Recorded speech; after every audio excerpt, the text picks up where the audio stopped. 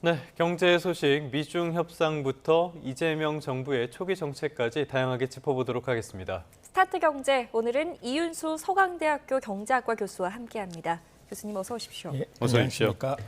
미중 협상, 굉장히 교착 상태가 이어지고 있다가 트럼프, 시진핑이 통화를 하면서 다시 시작이 됐습니다. 이번 의제는 아무래도 수출 통제 이 부분이라고 봐야 되겠죠? 네, 지금까지 관세가 주요 협상 논제였다라고 한다면요. 예. 이번에는 말씀하신 대로 수출 통제가 핵심 쟁점으로 떠올랐습니다. 가장 큰 거는 휘토류 등 핵심 광물의 수출 통제 완화인데요. 예. 중국은 아시다시피 세계 휘토류 공급의 80% 이상을 차지하고 있고 이 중 7종은 미국 자동차라든가 전자, 방위 산업의 필수적인 요소입니다. 최근 중국이 휘토류 등 핵심 광물의 대미 수출을 사실상 중단했고요. 예. 우리나라에도 수출이 안 되면서 우리나라에서 휘토류를 가지고 전자 관련 부품을 만드는 업체들이 네. 어려움을 겪고 있는 불똥이 상황입니다. 우리한테도 튀었네요. 예. 네, 그래서 미국이 그리고 이에 반해서 또 미국의 첨단 기술을 그러니까 중국에 수출하는 것에 대해서도 지금 현재 통제가 되고 있는데 중국이 휘토류를 수출하게 하는 대신에 미국도 어떤 지금까지 제한을 뒀던 민간 항공기 제작에 필요한 제트 엔진이라든가 예. 부품, 반도체 생산용 소프트웨어라든가 원자력 발전소 설비 등 첨단 기술의 대중 수출품 해제도 같이 풀어라라는 예. 논의가 이제 지금 핵심 의제로 떠오르고 논의 중인 것으로 알려졌습니다. 네, 여러 가지 의제들이 이제 다양하게 논의되는 만큼 협상이 그렇게 빠르게 논의가 될 것 같지는 않습니다. 오늘 딱 6시간 넘는 대화를 마무리하고 내일 협상을 다시 이어가기로 했는데 어떻게 좀 전망을 하십니까? 사실 이게 어떤 면에서 관세의 숫자보다도 어려울 수 있는 부분은 이 부분이 핵심 이익이 정면 충돌하는 부분이라는 점이 있습니다. 예. 사실 핵심 광물의 안정적 공급이나 중국이 요구하는 수준, 첨단 기술이라는 것들이 어떤 미국이나 중국 입장 모두 어떤 핵심 광물의 세계 공급과 부품의 수출 통제를 위해서 한다는 것이 사실 첨단 기술일 뿐만 아니라 이게 안보에도 직접적으로 연결이 되고 있는 측면이거든요. 예. 그리고 트럼프가 굉장히 왔다 갔다 하는 측면이 있지 않습니까? 그렇죠. 예, 예. 그러니까 이번에 합의를 한다고 해서 이게 뒤집혀지지 않을 것이란 보장이 없는 측면도 있기 때문에 사실 협상을 한다는 것은 상호 간의 신뢰가 굉장히 중요한 예. 부분인데 지금까지 트럼프가 보여줬던 부분이 어떤 이번에 협의한 게 정말 계속 지속될 예. 것인가 어떤 약속에 대한 신뢰가 좀 불안감을 가지고 오면서 어떤 협상에서 어떤 핵심 이익 충돌이 문제가 되는 협상이기 때문에 단기간 내에 전면적 합의에 이르기는 쉽지 네. 않을까라는 우려가 있습니다. 양쪽 모두 그렇기도 하고요. 특히 트럼프가 정책도 정신도 좀 오락가락하는 것 같으니까 더더욱 쉽지 않은 상황이 될 것 같습니다. 상황 좀 지켜봐야 될 것 같고요. 그런 측면에서 시장에 그렇게 큰 아직까지는 대기 모드가 더 강한 것 같습니다. 간밤에는 혼조세 정도 마감이었고 강보합 약보합이었습니다. 네. 국내로 돌아보도록 하겠습니다. 이제 이재명 정부가 출범한 지 아직 일주일이 되지 않았는데요. 어제 비상경제점검 TF 2차 회의가 진행이 됐어요. 이 자리에서 추경 편성안 이걸 논의했다고요? 네, 일단 속도감 있게 추경을 편성해달라는 메시지를 냈는데요. 예. 이거는 사실 경제가 우리가 저성장 문제로 쉽지가 않지만 계엄 이후에 계엄과 트럼프의 어떤 대외적인 불확실성으로 인해서 경제가 굉장히 어려운 상황입니다. 예. 그런 측면에서는 추경을 빠르게 편성해서 경기에 어떤 마중물을 내야 된다라는 좀 필요성이 있다라는 것은 사실이고요. 이와 관련해서 취약계층과 소상공인을 좀 우선적으로 지원하라는 것이 회의에서 논의가 됐고요. 그리고 효과가 확실한 핵심 사업을 발굴해서 지원을 해야 된다라는 내용. 그리고 물가 안정과 관련해서 물가 안정 수단을 좀 동원해달라는 얘기가 있었습니다. 그리고 예. 이와 관련해서 이태원 참사 피해자에 대해서도 추가 지원을 하라는 얘기가 회의에서 논의된 것으로 알고 있습니다. 네, 민주당이 1차 추경 때 추진했다가 무산된 사안이기는 한데 전 국민 25만 원 회복지원금, 민생회복지원금 지원 이번에 좀 포함될 가능성은 어떻게 보십니까? 사실 이번 추경의 특징적인 내용은 이제 실질적인 민생 효과를 내겠다라는 부분과 정책 집행을 어떤 실현 가능성을 모두 달성하겠다라는 것에 주안점이 주어진 것 같은데요. 일단 그 1차 추경 때 무산됐던 전 국민 25만 원 민생 회복 지원금이죠.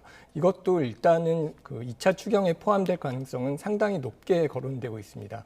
2차 추경안에 전 국민 25만 원 민생 회복금 지원금을 적극 검토하겠다라는 얘기가 민주당 정책위의장 등 핵심 인사들로부터 당연히 포함된다라고 얘기가 나와 있고요. 네. 다만 이 2차 추경 규모가 지금 20조에서 크게는 30조, 30조는 쉽지 않을 것 같습니다만 이게 예상되는데 25만 원 지원금을 하게 되면은 이게 예상이 약 13조 1천억 정도 추산이 됩니다. 네. 그러니까 이거를 13조 1천억 정도를 재정을 동원하고 또 지금 여러 가지 하겠다라고 하는 것들을 또 하는데 그것으로 이제 20조의 재원이 충분할 것인가라는 문제가 되고 있는데요. 결국은 이런 측면에서 정부가 재정 여력이 있는가라는 문제가 논의가 될 것 같습니다. 사실 세수 부족으로 전 국민 보편 지원이 아닌 중하위 계층에만 선별 지원하는 방안도 논의가 되고 있고요.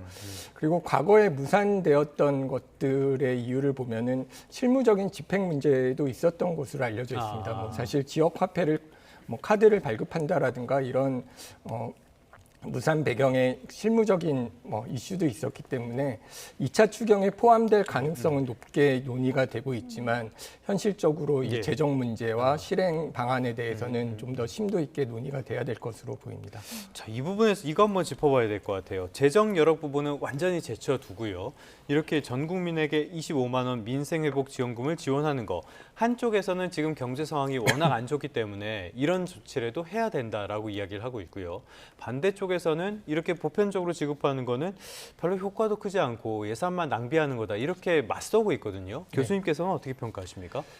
사실 이게 복지적인 성격에서 국민 안전망이라고 얘기하기에도 좀 효율적이지 않다라는 것이 경제학계에서는 좀 잘 알려져 있습니다. 사실 이전 지원이라는 것이 현금을 준다는 건데요. 이렇게 현금을 받은 경우에는 많은 경우에 대체 소비를 하지 추가적인 소비로 이어지지는 않는 것으로 알려졌습니다. 그러니까 코로나 같은 경우에는 워낙 소비를 안 하고 있던 상황에서 한시적으로 이걸 빨리 쓰지 않으면 소진대라는 효과가 있으니까 그동안 소비를 안 하던 사람들이 나가서 쓸 요인을 만들어준 측면은 있지만 지금 같은 경우는 좀 불안해서 오히려 저축을 하고 있는 상황인데 이것을 이제 나눠준다라고 할 때 일부는 쓰는 사람들이 있겠지만 빚을 갚는 사람들이 있을 거고요. 그 다음에 이게 추가적인 소비라기보다는 어떤 기존에 쓰려던 소비를 대체하는 효과가 있을 거고요. 무엇보다도 이게 정말로 어려운 사람들한테 갈 것이냐라는 측면에서 생각을 해본다면 글쎄요, 이게 그 소비를 하는 사람들이 가는 곳은 아마도 어려운 자영업자들이 아니라 조금 평소에 못했던 조금 좀 더 사치스러운 아니면 좀 더 고급 레스토랑에서 쓸 확률이 높은데 그런 것들이 그럼 정말 경제에 어려운 곳으로 돈이 흘러가게 만들 것인가라는 문제는 이제 있다라고 보셔야 될 것 같습니다. 사업의 효과에 대해서는 조금 비교적 회의적이다라는 말씀이신 겁니다. 이게 그 정부의 재정 승수가 얼마인가냐에 대한 논의는 있지만 이전 지출은 특히나 그 승수 효과는 낮은 측면이 있기 때문에 이것을 우리나라 같은 경우는 사실 이걸 정말로 소득 효과를 내기 위해서라고 지출을 한다면 상대적으로 우리는 어떤 소득에 대한 정보 같은 것이 되게 잘 되어 있지 않습니까? 그리고 사실 소비에 대한 것도 카드 이용 같은 걸 통해서 잘 알려져 있기 때문에 이게 상대적으로 소비 성향이 큰 사람들, 돈이 들어왔을 때 소비를 많이 쓴 사람들, 그런 사람들은 대부분 소득이 낮은 어려운 사람들이고 그 사람들한테 집중하는 게 사실은 경제적으로 정책 효과는 더 크고요. 다만 이렇게 모두에게 25만 원을 준다고 하면은 약간이지만 모두에게 어떤 조금의 좀 반가움 이런 것들을 준다는 측면에서 경제적인 효과보다는 정치적인 효과가 큰 선택이 아닌가라고 생각을 합니다. 실제로 과거에 지급을 했을 때 단기적으로 쇠고기 물가가 올랐던 기억은 분명히 있습니다. 정말 어려운 시기니까 한정적인 재원을 효율적으로 쓸 수 있는 방안을 잘 고민을 해줬으면 좋겠습니다. 자, 이런 상황에서 금융당국이 이번에는 배드뱅크 설립을 본격 논의하고 있다라는 소식도 전해졌거든요. 일단은 이 배드뱅크, 이게 뭔지부터 설명 부탁드리겠습니다. 이 배드뱅크는 이제 직역을 하면 나쁜 은행인데요. 은행이 나쁘다는 거는 어떤 의미냐면은 사실 부채가 이제 뭐 갚기가 어려워진 부실 부채죠. 예, 예. 악성 부채라는 것들이 있는데 이런 것들 은행이 가지고 있으면 은행이 불안해집니다. 그래서 이런 악성 부채들을 배드뱅크라는 은행을 만들어서 이제 그 은행이 모두 사들여서 그것을 소각하거나 처리하겠다라는 건데요. 그럼 부실 채권을 전문적으로 다루는 은행이라고 보면 네, 되겠네요. 그러니까 부실 채권을 가져가기 때문에 그 은행은 사실상 좋은 은행일 수는 없는 거죠. 좋은 일을 하지만 그 은행의 부실 채권이 늘어나면서 그 은행의 재정 건전성이 이제 어려운 은행을 이제 따로 만들어서 부실 채권을 처리하겠다는 거고요. 예. 소상공인 채무 탕감을 이 은행을 이제 통해서 하겠다라는 얘기입니다. 네. 사실 2022년 9월에 코로나 대출, 이제 코로나 때 자영업자들에게 대출을 했던 금액이 3년 유예를 줬었는데 네. 그게 이번 9월에 돌아옵니다. 그러니까 2025년 9월부터 이제 그 규모가 굉장히 큰데요.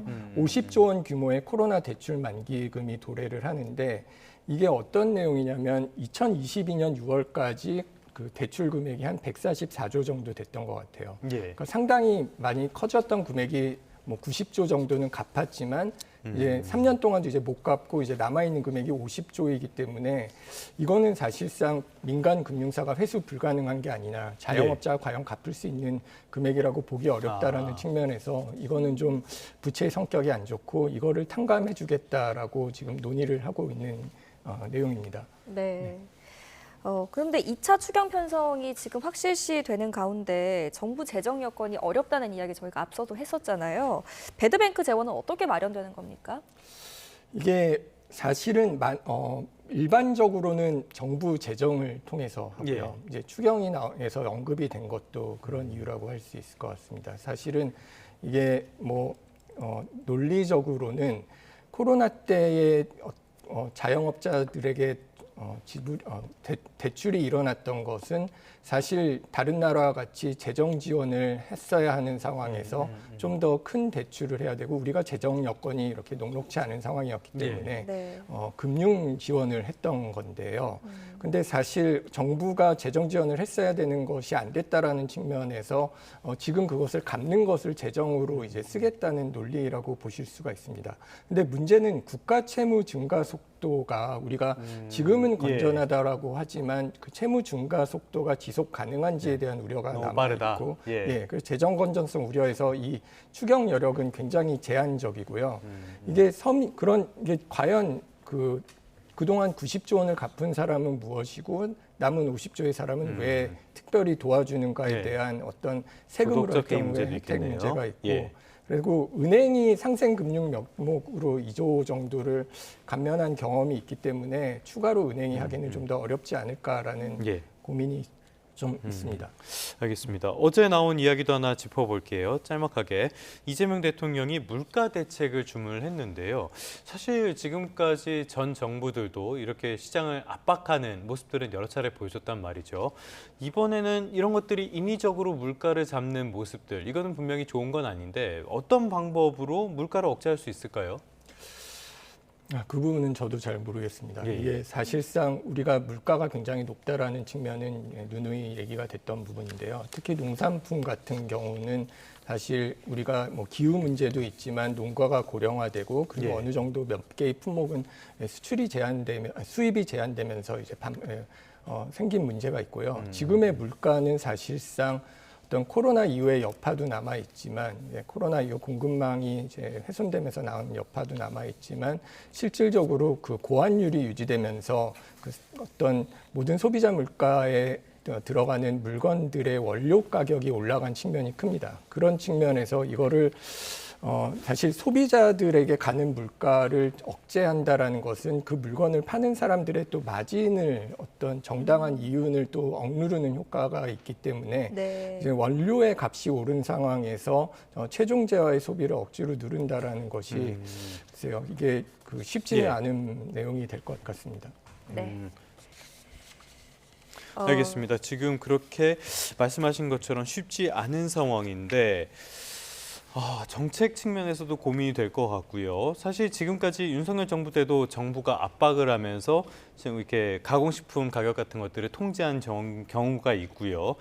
자, 그때와 비슷한 상황이 벌어질 가능성, 이런 것들은 어떻게 보십니까?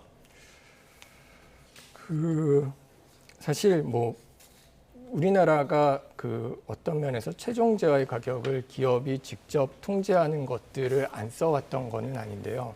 근데 그게 대표적으로 이제 관측이 되는 게 공기업 물가입니다. 우리가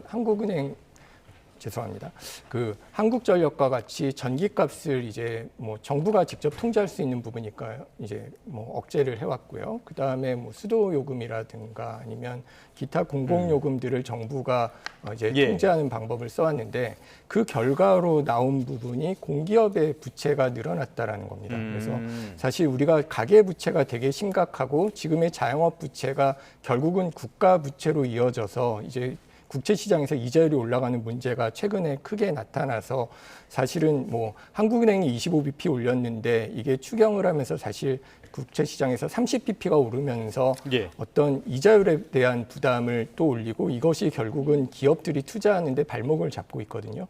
그래서 일단은 뭐 공기업 물가 같은 경우, 이제 공공 물가 같은 경우는 정부가 누를 수 있는 힘이 있겠지만 그것이 어떤 공기업의 부채로 이어지고 그것은 국가 부채로 이어진다라는 문제가 있고요. 어떤 민간 기업의 수익성을 악화시키거나 자영업자들의 물가를 잡는다고 한다면 이건 또 자영업자의 수익성을 악화시키는 거기 때문에 예. 근본적인 해결책은 될 수 없다라고 생각을 합니다. 네, 알겠습니다. 오늘 여기까지 듣도록 하겠습니다. 오늘은 이윤수 서강대학교 경제학과 교수와 함께했습니다. 잘 들었습니다. 고맙습니다. 감사합니다.